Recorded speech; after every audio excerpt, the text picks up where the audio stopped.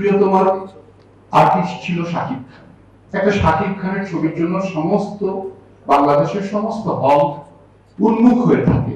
Censor board, আমিও ছিলাম, আমি যখন সেন্সর বোর্ড ছিলাম আমার পাশে হিমেল আশরাফ, যিনি প্রিয়তমা চলচ্চিত্রের সেই সময় সেন্সর দিলেন ঈদের 3 দিন আগে, যখন অলরেডি অফিস বন্ধ হয়ে গেছে।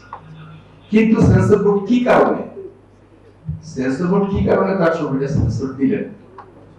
এই চলচ্চিত্র হলগুলোকে বাঁচায় রাখার জন্য। কারণ প্রিয়তমার আর্টিস্ট ছিল শাকিব খান। একটা শাকিব খানের ছবির জন্য সমস্ত বাংলাদেশের সমস্ত হল উন্মুখ হয়ে থাকে যে একটা শাকিব খানের চলচ্চিত্র চালাবে। সবাই প্রত্যেকটা হল মালিককে জিজ্ঞেস করবেন, তারা বলে যে যা 2টা পয়সা পায় শাকিব খানের ছবি থেকে, এবং সারা বছর বসে থেকে শাকিব খানের ছবি চালানোর জন্য।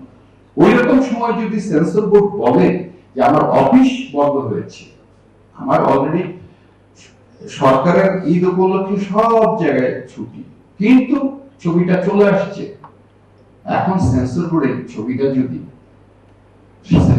না করে, সেন্সর বোর্ড কোথায় যাবে? হল মালিকরা বলবে সিনেমার শত্রু এই সেন্সর বোর্ডের যারা মেম্বার আছে, সিনেমাকে ধ্বংস করার জন্য এই সেন্সর বোর্ড, সিনেমাকে এই সমস্ত কথা বলবে, তাই না?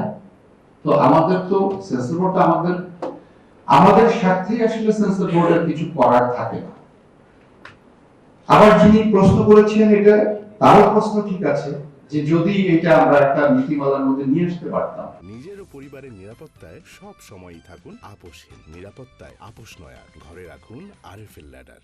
যে একটা সময় রেখে সেন্সর আমরা অফ করে দিব, যেটা বলেছে সেটাও সত্যি কথা, কিন্তু আসলে ভেতরের গল্প হচ্ছে পারেনি।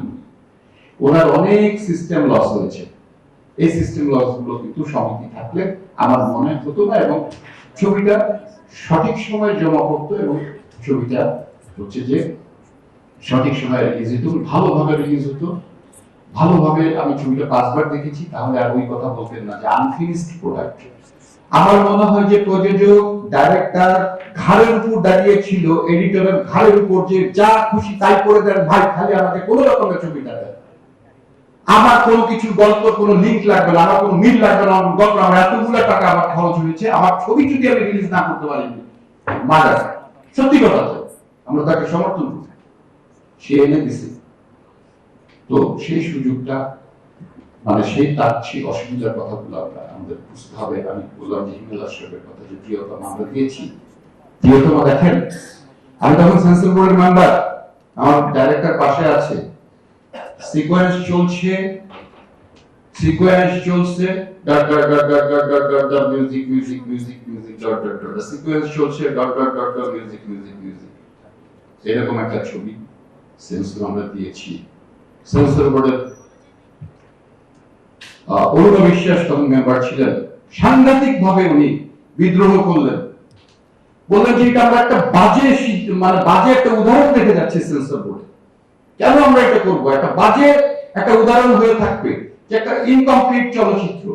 আমি তার হাত ধরেছি, আমি তাকে বলেছি, ম্যাডাম প্লিজ ইন্ডাস্ট্রিকে বাঁচান, সিনেমা হলগুলোকে বাঁচান, আসলে কিছু করার থাকে না। সিনেমা তো রিলিজ হয়েছে সম্পূর্ণ, ওই যে 3 দিনের সে সময় পাইছে, 3 দিনে সিনেমাটা কমপ্লিট করেছে, কিন্তু এই সুযোগটা আমাদের দিতে হচ্ছে। এই জন্য আসলে অনেক সময় সেন্সর বোর্ডের কোনো দোষ থাকে না।